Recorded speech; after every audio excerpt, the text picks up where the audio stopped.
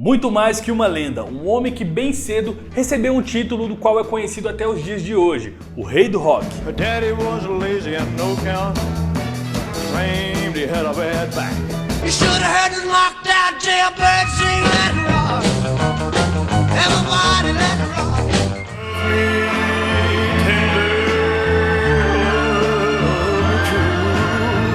Elvis Presley é influência para diversos músicos no mundo inteiro. O próprio John Lennon já dizia, antes de Elvis não havia nada. É como se ele dissesse, antes do Elvis chegar, tudo isso aqui era mato. O cara foi uma verdadeira avalanche de sucessos, um dos maiores artistas que o mundo já viu. Pessoas choravam ao ver seus shows de tanto talento que aquele homem mostrava. Então hoje a gente vai conhecer toda a trajetória da vida do Elvis Presley, seus 3 traumas, sua passagem mais que icônica pelo exército americano. E eu também vou contar como a vida desse astro chegou ao fim. Eu queria agradecer muito vocês que estão deixando o like aqui em todos os vídeos, comentando e se inscrevendo no canal. A gente está quase alcançando a nossa meta. Vamos lá que a gente consegue, vamos chegar em 10 mil inscritos. Então compartilha esse vídeo com algum amigo que você acha que gosta desse tipo de história. Pode mandar no grupo do WhatsApp, qualquer coisa assim já me ajuda bastante. Eu quero pedir para vocês me acompanharem no Instagram que tá aparecendo aqui embaixo, @tioflash. Me siga lá porque lá fica muito mais fácil da gente trocar ideia, vocês mandarem temas. Então me siga lá porque eu também sempre aviso quando sai vídeo novo. Então fica muito mais fácil de vocês não perderem nenhum vídeo aqui no canal. Então bora começar a história.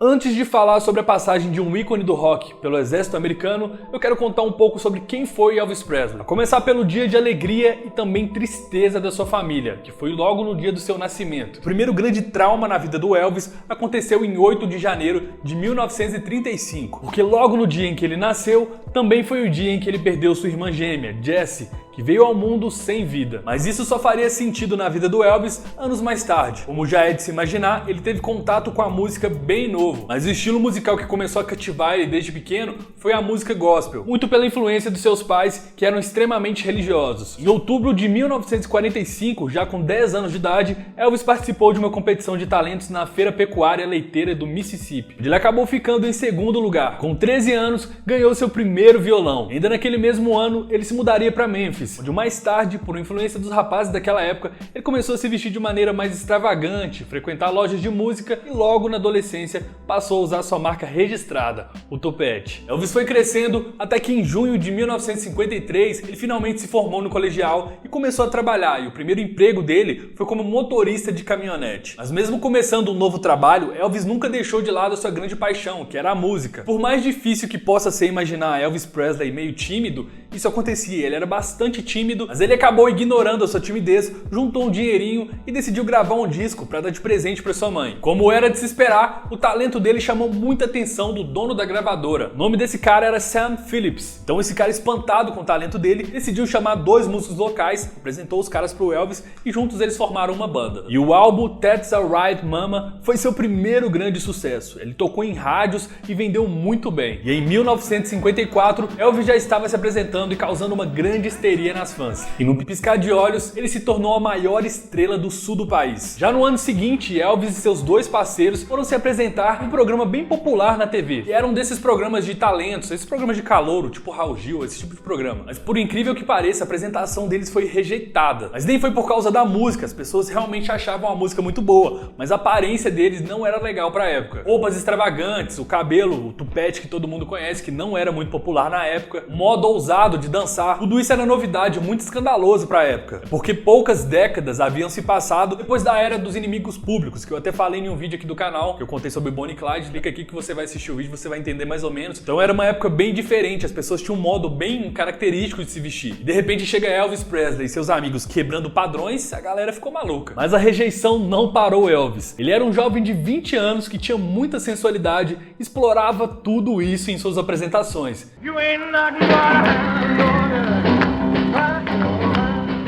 Step on my blue suede shoe.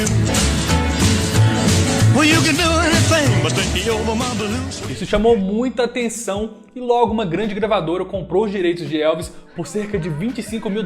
Mas acabou dispensando os 2 parceiros que faziam a banda com ele. Em 56, seu primeiro álbum foi gravado pela RCA. Não demorou muito para Elvis voltar à TV para uma apresentação nacional. E essa apresentação dele na TV acabou chamando a atenção da Paramount, que ofereceu para ele um contrato de 3 filmes por $100 mil. E entre várias apresentações em TV, rádio, shows e filmes, Presley mostrou um dos seus lados mais famosos. Ele era muito generoso, ele adorava dar presentes, sempre dava Cadillacs para os seus amigos e familiares. Inclusive ele tinha uma coleção bem grande de Cadillacs, ele adorava esse modelo de carro. Eu acho que todo mundo conhece a Beatles mania, né? Que foi aquela febre quando os Beatles apareceram. Pois é, mas antes disso, Elvis já criou a Elvis mania. Onde esse cara passava, ele atraía multidões. Inclusive nos seus shows precisavam ter ambulâncias, porque as mocinhas da época sempre desmaiavam na presença dele.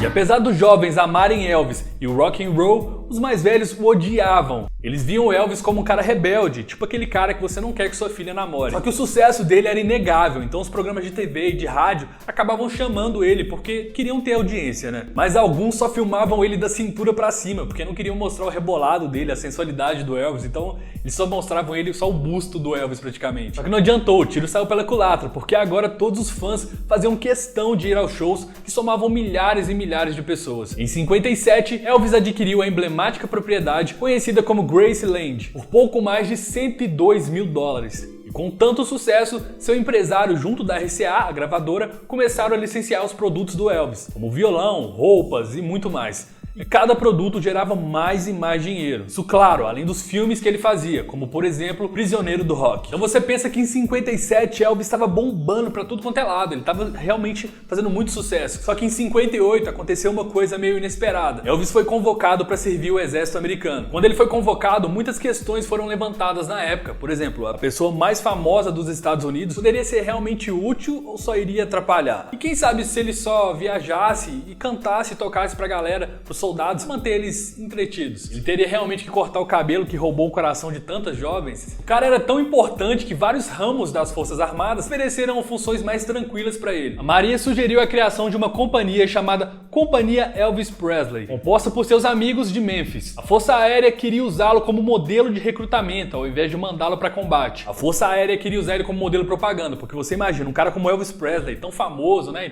tão querido pela população, servindo ali às Forças Armadas, qualquer jovem da época ia olhar aquilo e falar assim, poxa, se o Elvis Presley tá servindo, deve ser muito legal, eu também vou servir o exército. Então acabaria funcionando como marketing. Já o exército, como eu falei, sugeriu que ele só fizesse shows, só tocasse pra galera das tropas. Mas ele não deu ouvido para essas sugestões e decidiu servir como um verdadeiro cidadão americano. Depois de uma grande despedida no ônibus, ele partiu rumo a uma base militar e foi acompanhado por centenas de fãs. Elvis passou por um período de treinamento no estado do Texas, onde foi reconhecido como sendo apto ao papel de soldado. Ele foi transferido para a Alemanha, onde permaneceu e recebeu louros por seu bom trabalho. Ah, e o cabelo? Bom, apesar dos esforços do senador Clifford Casey para salvar o penteado icônico, ele teve que ser cortado. Elvis declarou, bem, o cabelo vai embora, logo quando os primeiros fios começaram a cair no chão. De acordo com o artigo do Washington Post de 1958, embora o barbeiro tenha encurtado as costeletas 1 centímetro, o corte ainda o deixava parecendo muito sonhador para o exército. O serviço militar de Elvis começou no momento que ele estava no auge da sua carreira, em 24 de março de 1958, um dia apelidado pela mídia como Black Monday.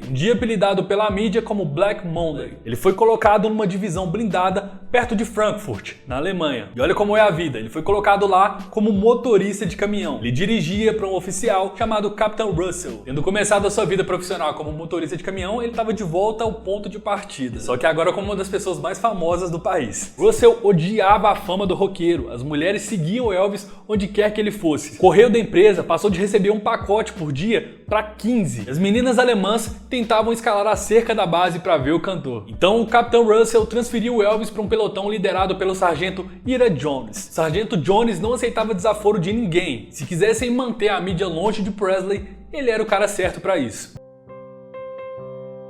Em agosto de 1958, outro trauma chegou na vida do Presley. Sua mãe, Gladys Presley, morreu de um ataque cardíaco e ele foi para casa em Memphis para o funeral. Mais tarde, ele classificaria essa morte como a grande tragédia da sua vida. Ela, sem dúvidas, era a pessoa mais importante na vida dele, inclusive pessoas próximas falaram que ele nunca superou essa perda. No funeral, ele gritou, "Você sabe o quanto eu vivi toda a minha vida só por você?" Palavras que eram bem verdadeiras, porque a ausência de Gladys e seu amor por ela parecem nunca ter realmente saído da cabeça dele. Quando retornou do funeral para a Alemanha, Elvis serviu ao lado de seus colegas soldados e acabou sendo promovido a sargento. Mas também fez muitas festas, levando seus amigos do exército para animadas baladas por toda a Europa. Inclusive foi em uma dessas viagens que ele conheceu o seu grande amor, Priscila, que tinha apenas 14 anos e era filha de um oficial do exército. E logo então eles se apaixonaram e começaram a namorar. Em 1967 eles se casaram e acabaram se divorciando em 1973.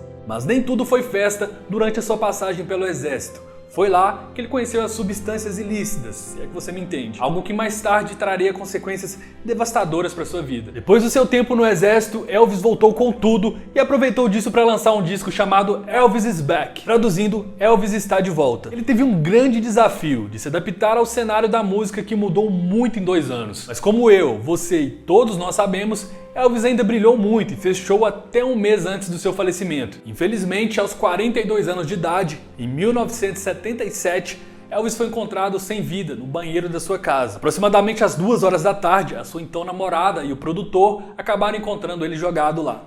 Agora à noite, o Hospital Batista de Memphis informou que Elvis Presley foi encontrado morto por seu empresário. Elvis, com 42 anos, muito mais gordo e um casamento acabado, vivia sozinho em sua mansão do Presley Boulevard, em Memphis.